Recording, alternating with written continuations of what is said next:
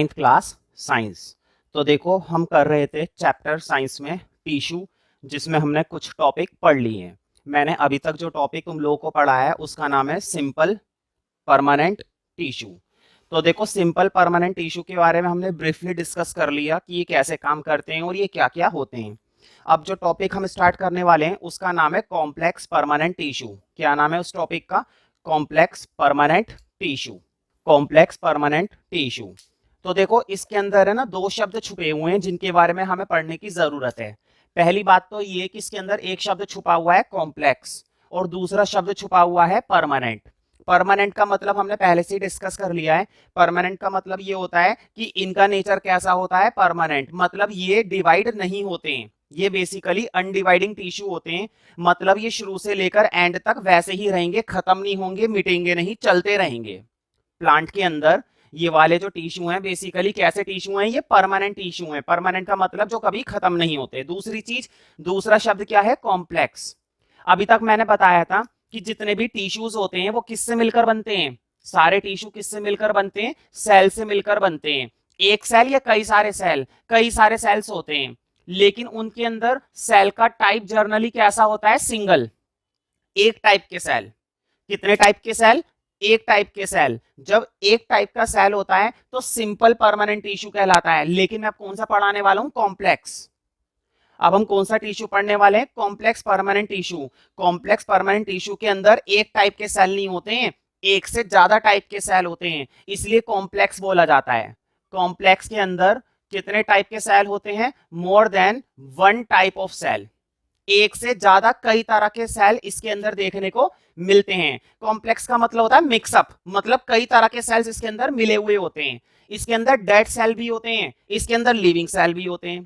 कहने का मतलब ये हुआ कि इसके अंदर कुछ सेल ऐसे होते हैं जो डेड होते हैं और कुछ सेल ऐसे होते हैं जो लिविंग होते हैं। ऐसा तो हमने अभी तक नहीं देखा था कि एक ही टिश्यू के अंदर कुछ सेल डेड और कुछ सेल लिविंग, लेकिन इसके अंदर पाया जाता है, इसलिए इसको क्या बोला जाता है? कॉम्प्लेक्स। कॉम्प्लेक्स मतलब कई तरह के सेल को मिलाना, कई तरह के सेल को मिलाना। तो देखो कॉम्प्लेक्स परमानेंट टिश्यू की पहले हम क्या लिखेंगे? डेफिनेशन नंबर 1 पॉइंट में। कॉम्प्लेक्स परमानेंट टिश्यू के लिए पहले हम नोट डाउन करेंगे डेफिनेशन। हाँ लिखो, कॉम्प्लेक्स परमानेंट टिश्यू होते क्या है? डेफिनेशन लिखो। लिखो, complex tissues are complex tissues are made up of, board पे लिखा हुआ है made up of, complex tissues are made up of, मतलब कि कॉम्प्लेक्स टिश्यू किससे बने हुए होते हैं? Complex tissues are made up of more than one type of cell. Board पे लिखा हुआ है more than one type of cell. कितने तरह के सेल होते हैं? एक तरह का या एक से ज्यादा तरह का? एक से ज्यादा तरह का। Complex tissues are made up of more than one type of cells, more than one type of cells. तो देखो सेल कई तरह के होते हैं लेकिन सारे सेल का फंक्शन सेम होता है। सारे के सारे जितने भी सेल्स होते हैं ना, सेल का टाइप अलग है लेकिन क्या सेल का फंक्शन भी अलग है? नहीं। अगर सेल का फंक्शन एक ही नहीं है तो फिर वो टिश्यू कैसे बन जाएगा? तुम्हें मालूम है ना, टिश्यू उसी से बनता है जिनके फंक्शंस कैसे होते हैं? सेम होते हैं। तो इसमें जितने भी सेल्स होते हैं फंक्शन सबका सेम होता है। फंक्शन क्या होता है? सबका सेम होता है, एक जैसा होता है। More than one type of cells, full stop. हाँ फुल स्टॉप के बाद लिखो all these cells, all these cells perform a common function. All these cells perform, all these cells perform a common function. सबका एक ही काम होता है, perform a common function.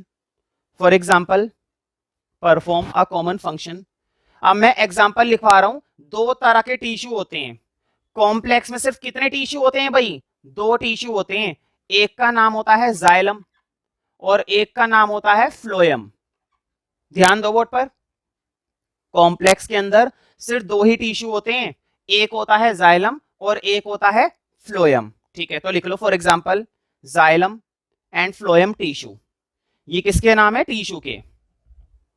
अगर तुमसे एग्जाम में आ जाए कि कॉम्प्लेक्स परमानेंट टिश्यू कौन कौन से होते हैं, तो तुम्हें बताना है सिर्फ दो ही होते हैं।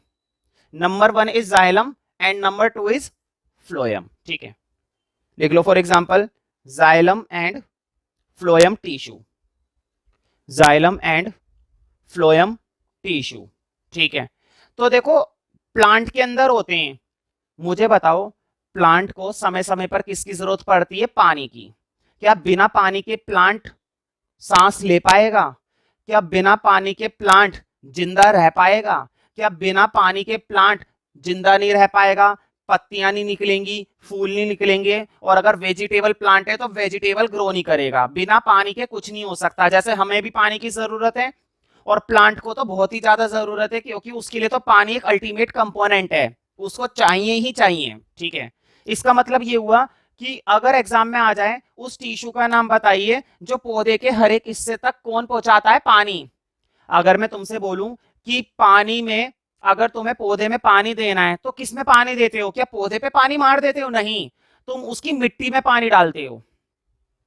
पौधे की मिट्टी में जब हम पानी डालते हैं तो बताओ मिट्टी में पौधे की क्या लगी हुई होती है? जड़ें। रूट्स कहां पर होती हैं? प्लांट की जो रूट्स होती हैं वो किसके अंदर दबी हुई होती हैं? मिट्टी के अंदर।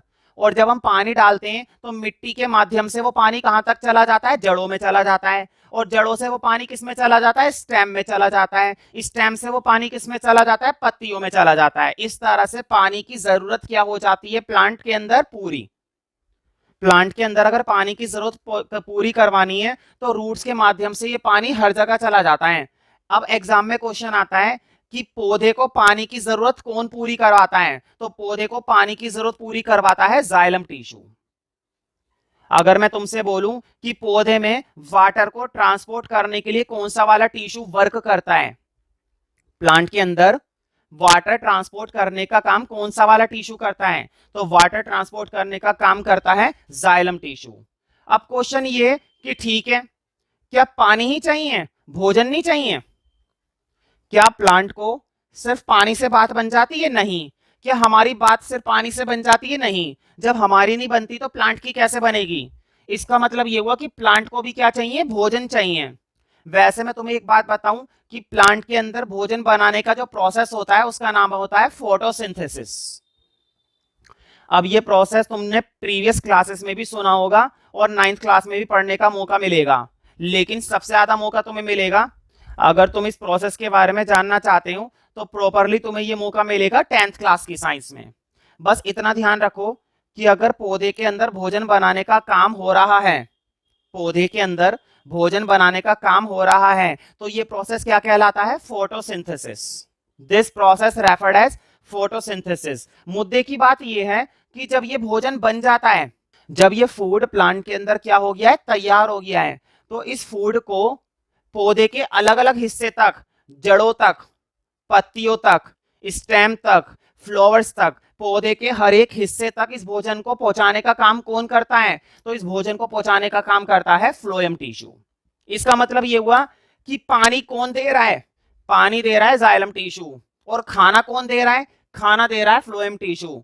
बताओ पौधे की दो ही जरूरतें, एक तो समय पर क्या मिल जाए? पानी, और एक समय पर क्या मिल जाए? भोजन। और पानी और भोजन सप्लाई करने का काम ये दोनों भाई बहन मिलकर करते हैं। क्या नाम है इन भाई बहन का? Xylem and phloem. ठीक है, तो जाइलम टिश्यू पौधे के अंदर क्या सप्लाई करता है? पानी।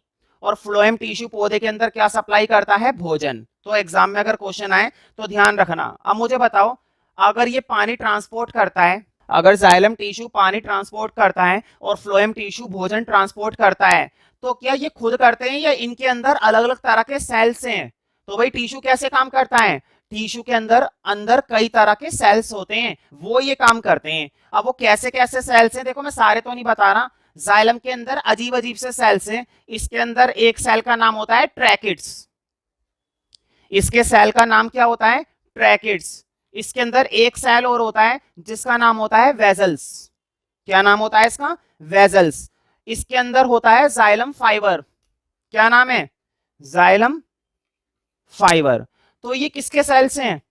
ये वो सेल्स हैं जो कौन से वाले टिश्यू में पाए जाते हैं? जाइलम में। और इन सेल्स का एक ही काम है, इतने सारे सेल्स का एक ही काम है। क्या काम है? पानी ट्रांसपोर्ट करना। पूरे पौधे के अंदर हर एक हिस्से तक किस चीज को पहुंचाने का काम करते हैं ये सेल्स? पानी को पहुंचाने का काम करते हैं। अगर तुम्हें 2 दिन पानी ना दें तो कैसा लगेगा? बुरा लगेगा ना, दिक्कत हो जाएगी, है ना। 3 दिन पानी ना दें, 1 हफ्ते पानी ना दें, 1 महीना पानी ना दें, निपट जाओगे तुम तो, है ना। पौधे का भी सोचो बेचारे का, ना। लेकिन पौधे को ये नेक काम कौन करवाता है? Xylem tissue. अब बात करते हैं फ्लोएम टिश्यू की। फ्लोएम क्या करता है? भोजन ट्रांसपोर्ट करता है। लेकिन क्या ये खुद करता है या इसके सेल्स करते हैं? भाई इसने कारीगर रख रखे हैं। इसके कारीगर का नाम भी सुन लो भाई, इसके कारीगर भी निराले। इसके कारीगर का नाम होता है, अजीब अजीब सा नाम है भाई। देखो इसके अंदर होती हैं सीव ट्यूब्स। क्या होती हैं इसके अंदर? Sieve tubes. सब लिखवा दूंगा मैं, लिखने की जरूरत नहीं है।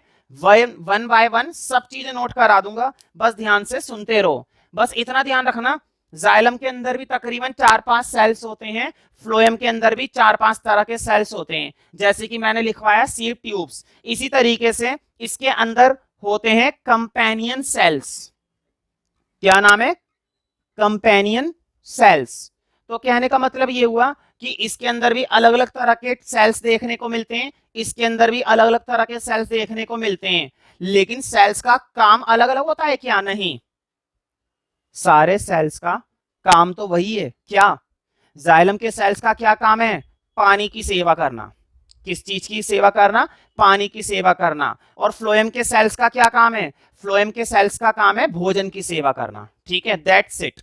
तो भाई दोनों के दोनों अपनी अपनी सेवा में अच्छे से लगे हुए होते हैं। ठीक है, अब हम स्टार्ट करेंगे मतलब लिखना। तो कैपिटल ए टॉपिक बनाओ, जाइलम। पहले मैं बात करूंगा जाइलम की। तो मुझे बताओ, जब हम किसी भी टिश्यू की बात करते हैं तो टिश्यू बनता किससे? सेल से बनता है भाई। अलग अलग तरह के सेल को इकट्ठा करके क्या बना दिया जाता है? टिश्यू बना दिया जाता है। तो लिखो, लिखो, xylem is a conducting tissue. Xylem is a conducting tissue. मैंने पहले बताया था कि एक प्रकार का कैसा टिश्यू होता है? कंडक्टिंग। मतलब ये कंडक्ट करने में मदद करता है, वाटर को हर हिस्से तक कंडक्ट करता है, कनेक्ट करता है। Xylem is a conducting tissue and it constitute, board पे लिखा हुआ है, and it constitute many sales. It constitute many cells। देखो वैसे तो इसके अंदर कई सारे सेल्स होते हैं, लेकिन जितने भी सेल होते हैं सारे के सारे सेल कैसे होते हैं? थिक वॉल के होते हैं। मतलब उनके चारों ओर की जो लेयर होती है वो काफी मोटी होती है। ठीक है, मोटी होती है। कुछ सेल्स तो लिविंग होते हैं और ज्यादातर सेल्स कैसे होते हैं? डेड होते हैं। ध्यान रखना, जाइलम और फ्लोएम में एक डिफरेंस है। फ्लोएम में तो सारे सेल लिविंग होते हैं, लेकिन यहां पर कुछ सेल्स ऐसे होते हैं डेड होते हैं। तो लिख लो, इट कॉन्स्टिट्यूट मैनी सेल्स। लिख लो, the cells of xylem tissue are thick walls. The cells of xylem tissue are thick walls। Xylem tissue are thick walls, thick walls, and many of them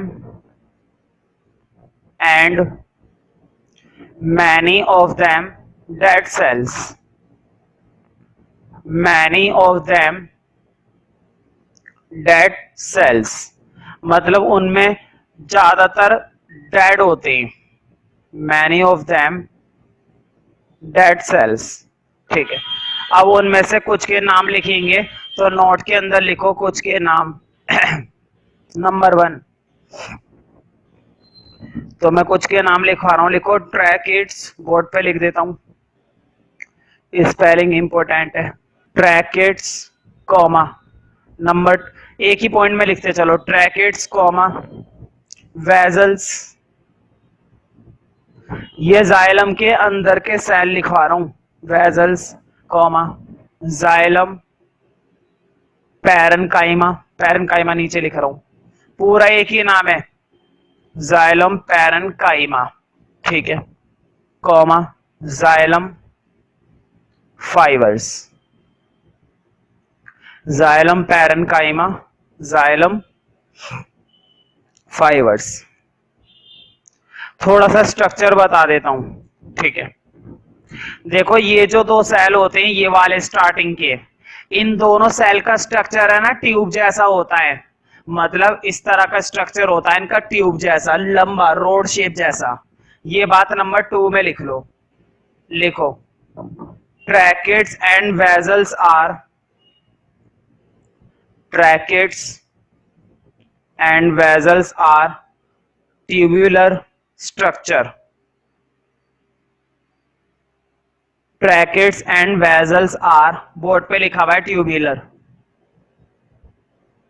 tubular मतलब tube जैसा, tracheids and vessels are tubular structures, tubular structures, ठीक है।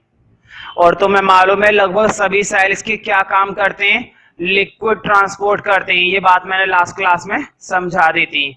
Liquid, water, minerals वगैरह transport करने का काम किसकी जिम्मेदारी होती है, जाइलम की।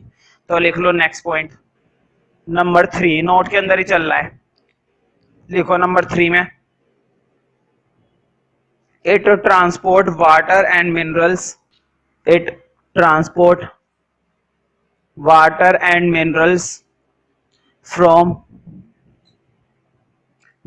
minerals from roots to various part of the plant, from roots मतलब जड़ों से लेकर प्लांट के हर एक हिस्से तक पानी पहुंचाने की जिम्मेदारी किसकी होती है, जाइलम की होती है। from roots to various parts of plant, from roots to various parts of plant, root से लेकर प्लांट के अलग अलग पार्ट्स तक पानी पहुंचाने का ठेका किसका होता है, जाइलम का। अब लिखो कैपिटल बी, फ्लोएम, ये फूड ट्रांसपोर्ट करता है, तो लिखो phloem is a connecting tissue, sorry conducting, वैसे तो कंडक्टिंग बोलो या कनेक्टिंग बोलो एक ही बात होती है। Phloem is a conducting tissue which consist of living cells, जिसमें क्या होते हैं, लिविंग सेल्स। वैसे इसके अंदर ज्यादातर लिविंग सेल्स होते हैं, एक दो ही ऐसे हैं जो डेड सेल होते हैं, ठीक है, ना के बराबर मतलब। Phloem is a conducting tissue which consist, phloem is a conducting tissue which consists living cells, which consist living cells except मतलब सिर्फ इसके अलावा, जो मैं लिखवाने वाला हूं। एक्सेप्ट का मतलब होता है इसके अलावा, तो लिख लो except phloem fibres, phloem fibres. ये वाले सेल ऐसे होते हैं जो डेड होते हैं, किसके अंदर, फ्लोएम के अंदर, फ्लोएम फाइबर्स, फ्लोएम फाइबर्स, ठीक है। अब लिखो नोट के अंदर कुछ खास बातें, आखिर कौन कौन से सेल इसमें होते हैं, ठीक है। लिखो नंबर 1, लिखो the cells of phloem, the cells of phloem are sieve tubes, board पे लिखा हुआ है, the cells of phloem are sieve tubes, sieve tubes, comma companion cells, ये किसके सेल लिखवा रहा हूं मैं, फ्लोएम के, companion cells, comma phloem fibre, phloem fibre पहले से भी लिखा हुआ है बोर्ड पे, ये रहा phloem fibre comma phloem parenchyma, phloem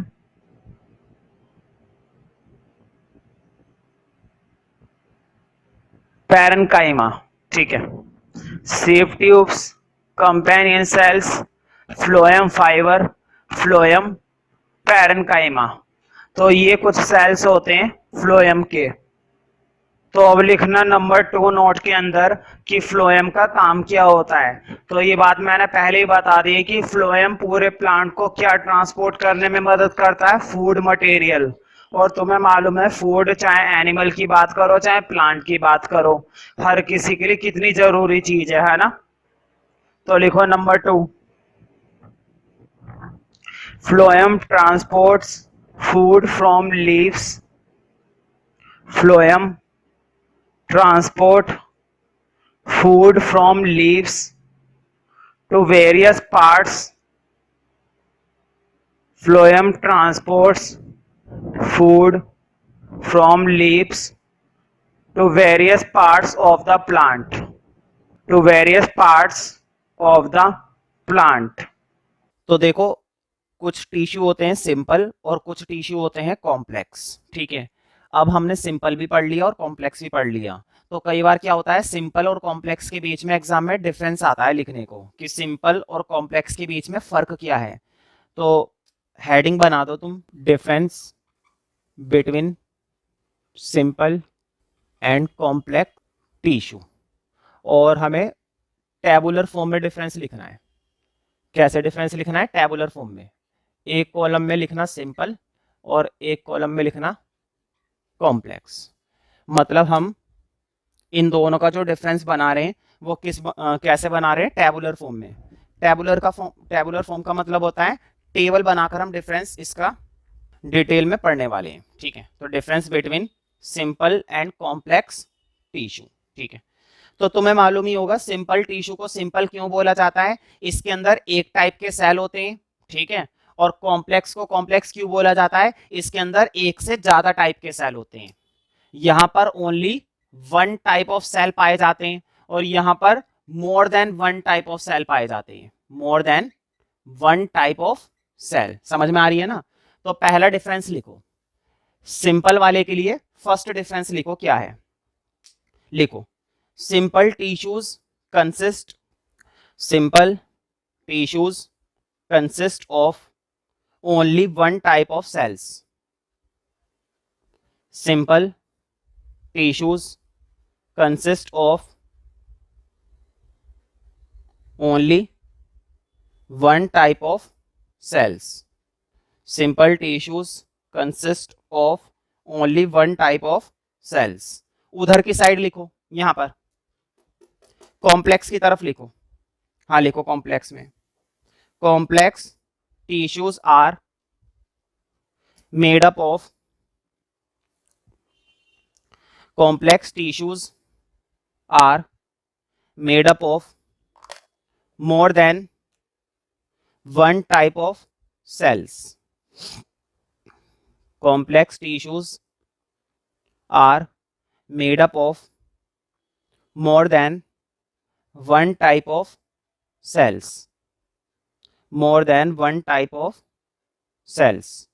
Complex tissues are made up of one type of cells. Made up of more than one type of cells. मतलब वो एक से ज्यादा तरीके के सेल से बने हुए होते हैं और ये सिर्फ एक तरह के सेल से, ठीक है। हाँ यहां पर लिखो नंबर 2।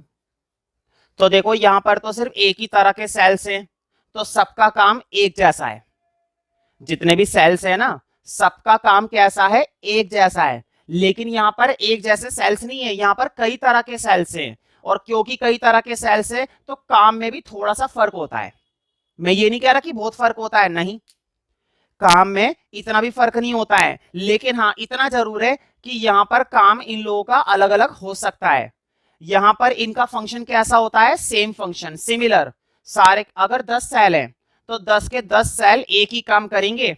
लेकिन यहाँ पर 3-4 तरह के सेल हैं तो कितने तरह के काम हो जाएंगे, 3-4 तरह के काम, ठीक है। अब लिखो नंबर 2 में, the cells of simple tissue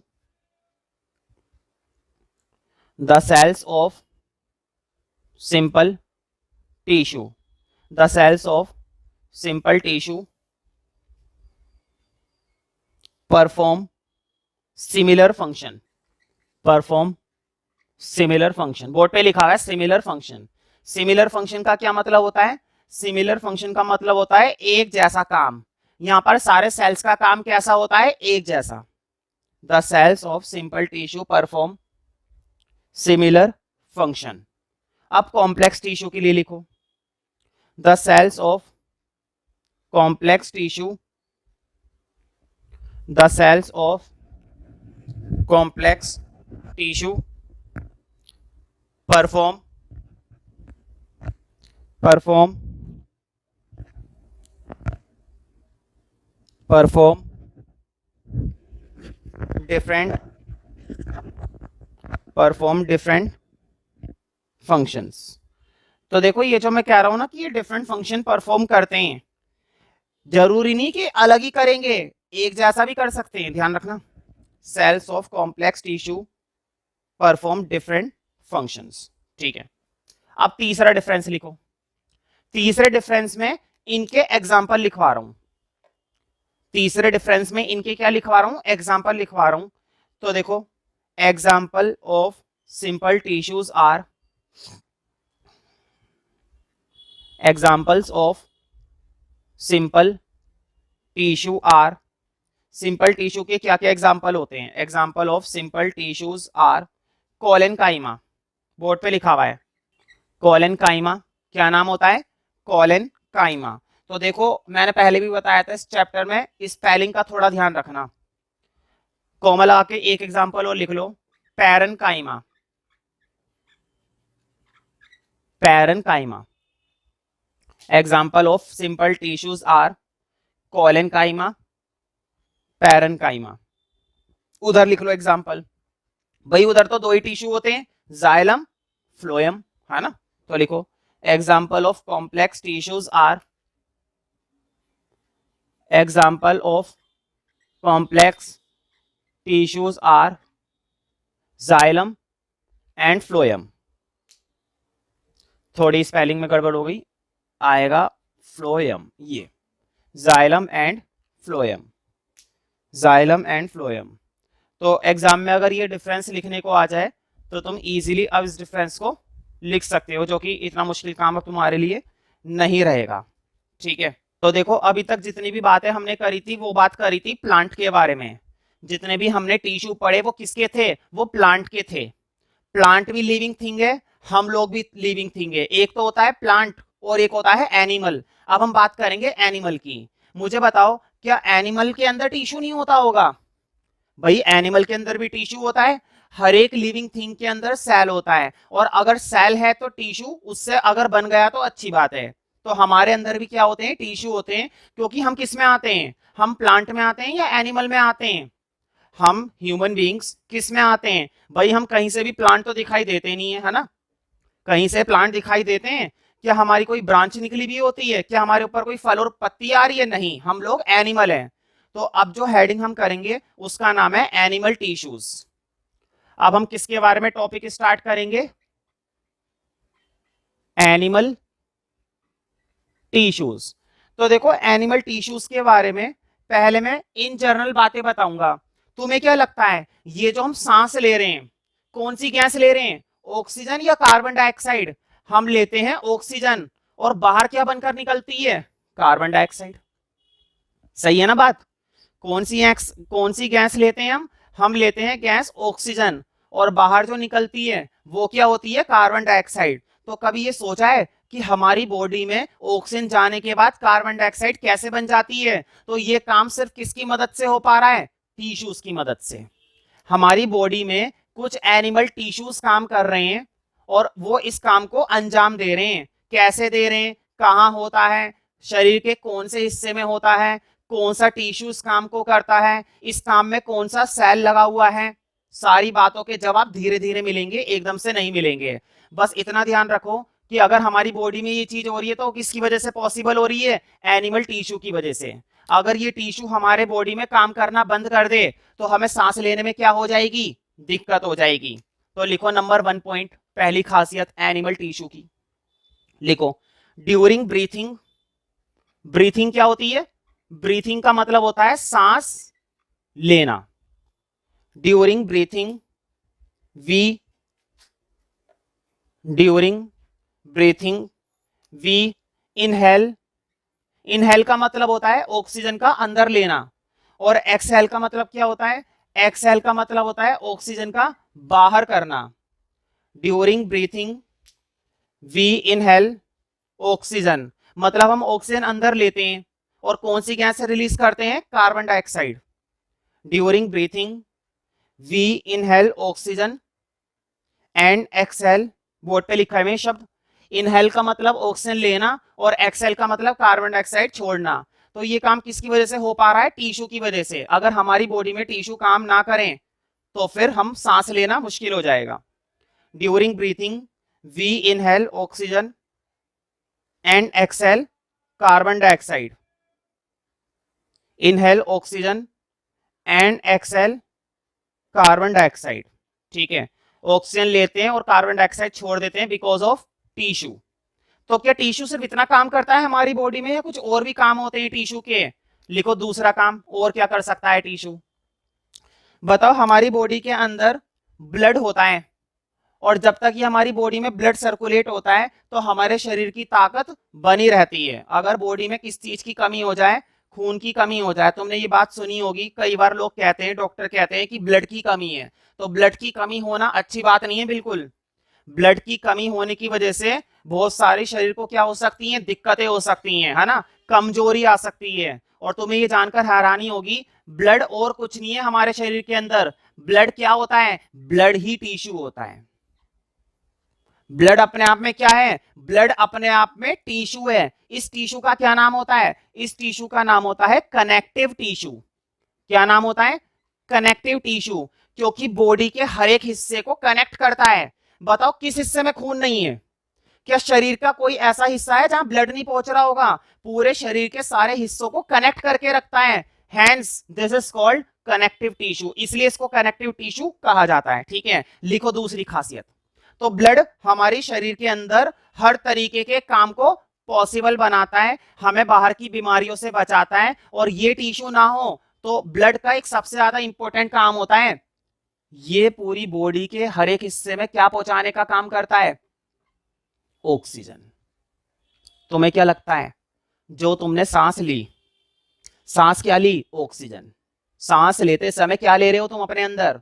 क्या लेते हो? ऑक्सीजन ही तो ले रहे हो। तो सांस जो तुमने ली ना, तुमने अपने अंदर क्या लिया? तुमने अपने अंदर ऑक्सीजन ली, लेकिन उस ऑक्सीजन को ब्लड हर एक हिस्से तक पहुंचाएगा। ठीक है, कौन पहुंचाएगा? ब्लड। डाकिया है ये, डाकिया होता है ना, चिट्ठी जगह जगह पहुंचा कर आता है, वही काम ब्लड का है। ब्लड किसे पहुंचाता है? चिट्ठी नहीं पहुंचाता ब्लड, ब्लड पहुंचाता है ऑक्सीजन शरीर के हर एक हिस्से तक। ठीक है, तो लिखो number 2, blood transports oxygen to all the body parts. Blood transports oxygen to all the body parts. सारे के सारे बॉडी पार्ट्स में ऑक्सीजन पहुंचाने का काम कौन करता है? ब्लड भाई। तो ब्लड भाई से दोस्ती कर लो, दुश्मनी अच्छी नहीं है ब्लड भाई से। क्यों? क्योंकि ब्लड से दुश्मनी कर ली तो तुम्हें क्या नहीं मिलेगी? ऑक्सीजन, और तुम्हें ऑक्सीजन ना मिले तो पत्ता कट गया तुम्हारा, समझो। Blood transports this, blood transports oxygen to all the body parts, to all the body parts. तो ब्लड ही है जो ऑक्सीजन सप्लाई करता है, लेकिन हमारे शरीर के अंदर है ना, कुछ वेस्ट मटेरियल भी होता है, कुछ टॉक्सिक कंपोनेंट्स भी होते हैं, जिनको बॉडी से बाहर करना भी क्या होता है? जरूरी होता है।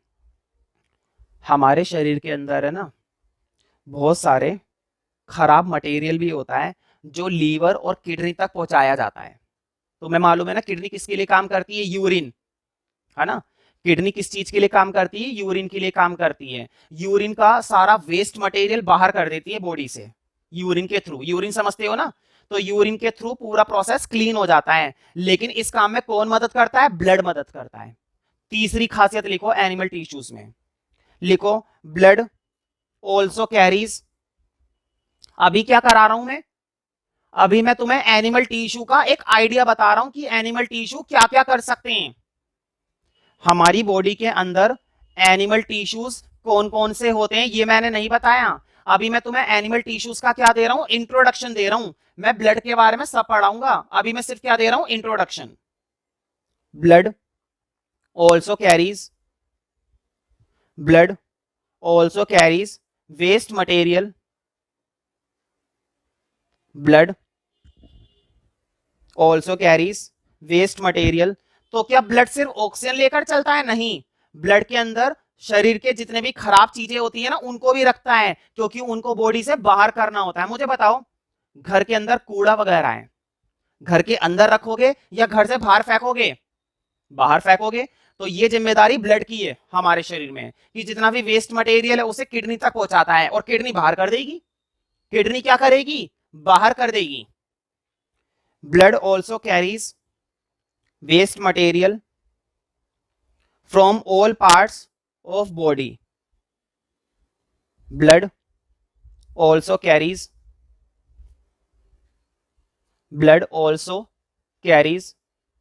waste material from all parts of body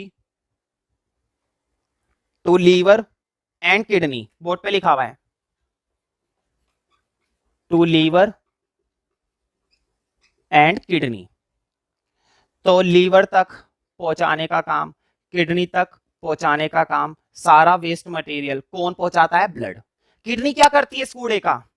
kidney क्या करती है इस वेस्ट मटेरियल का? किडनी क्या अपने पास रखेगी? नहीं, किडनी क्या करेगी? घर से बाहर फेंक देगी, है ना? घर से बाहर फेंक देगी। कैसे बाहर फेंक देती है? 10th क्लास में पढ़ने को मिलेगा।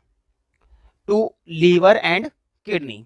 अब देखना ये कि एनिमल टिश्यू की तारीफ तो बहुत हो गई, अब एनिमल टिश्यू होते कितने तरह के हैं?